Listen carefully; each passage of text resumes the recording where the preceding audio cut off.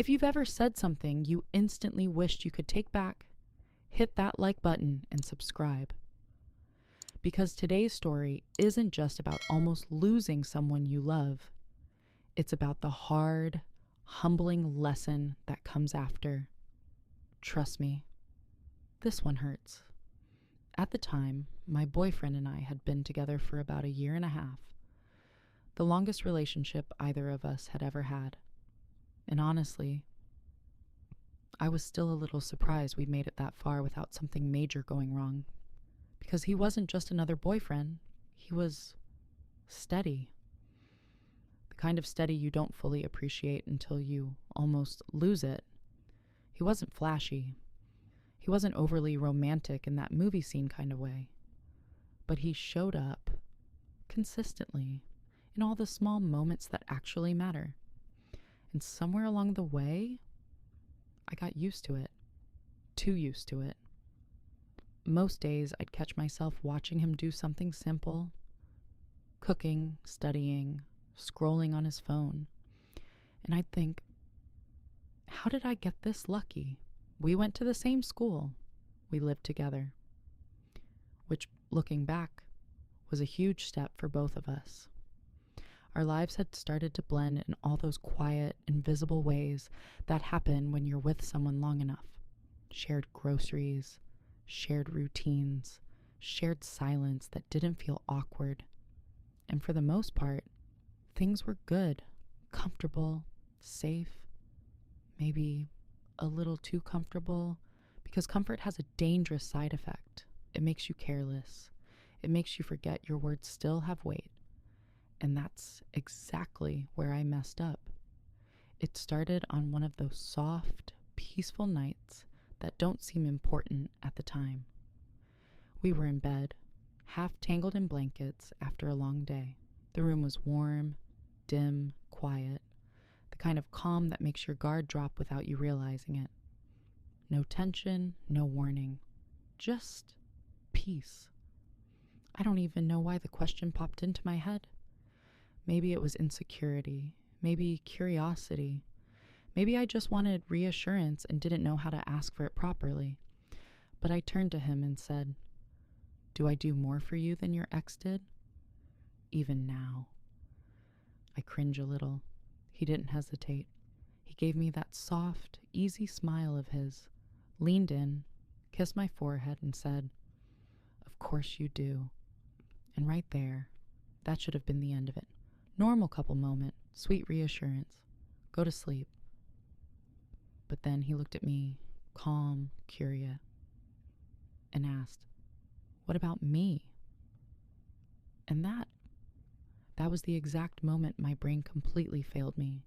Because instead of thinking, instead of pausing, instead of choosing literally any safer sentence, I shrugged and I said, "Honestly, other than my fling, you probably do the least for me."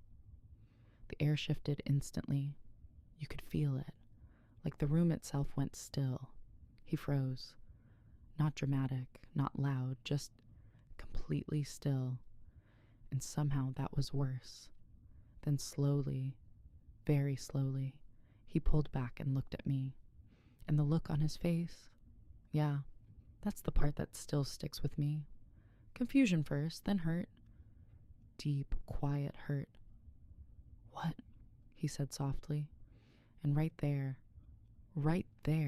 I had a chance to fix it. I could have laughed it off. I could have said I was joking. I could have backtracked. I did none of those things. Because sometimes your pride steps in before your heart does. And instead of fixing it, I doubled down. Big mistake. Huge. He sat up slowly, fully awake now. "What do you mean I do the least?" His voice wasn't loud, which somehow made it worse. And instead of reassuring him, instead of being normal, I started explaining, defending, justifying words that were already doing damage. I asked him what he actually does that's so special. Even now, remembering that moment makes my chest tighten. Because I could literally see the moment his wall started going up.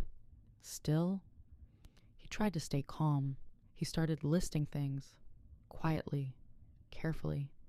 He pays for most of our meals. He helps when I'm short on rent. He brings me food when I'm buried in studying. Normal, loving, supportive things. And what did I do? I minimized every single one. You were already out. That place is close anyway. And I genuinely cringe remembering this, brought up the time I drove out of my way when he was sick. Like I was keeping score. Like love was some kind of competition I needed to win. That's when something in him finally shifted. His jaw tightened. His eyes went colder than I had ever seen them. And he said something that hit me straight in the chest.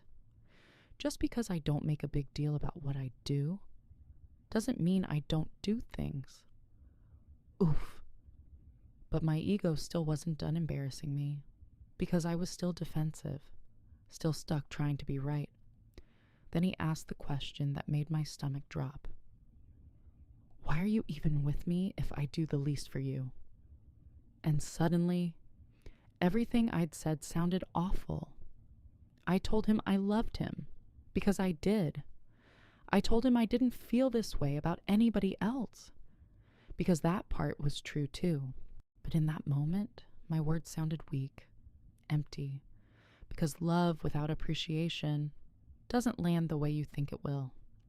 He just looked at me, hurt written all over his face, and said maybe I should just go be with my exes. Then he turned over and went to sleep. Just like that. Conversation over.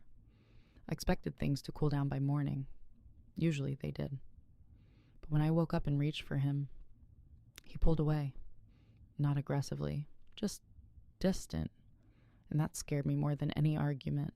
I tried again before leaving. Nothing. Later, I texted him. No reply. That's when the pit in my stomach really opened up, because for the first time, I realized I might have actually hurt him. For real. Here's the uncomfortable truth nobody likes admitting. Sometimes you don't realize how harsh you sounded until the other person stops chasing you. And his silence? Yeah, that forced me to sit alone with my own words. I replayed everything, over and over and over. And the more I did, the worse I sounded. Because what I had basically told him was, you're not enough. Not what I meant, but absolutely what he heard. And that realization, yeah, that humbled me fast.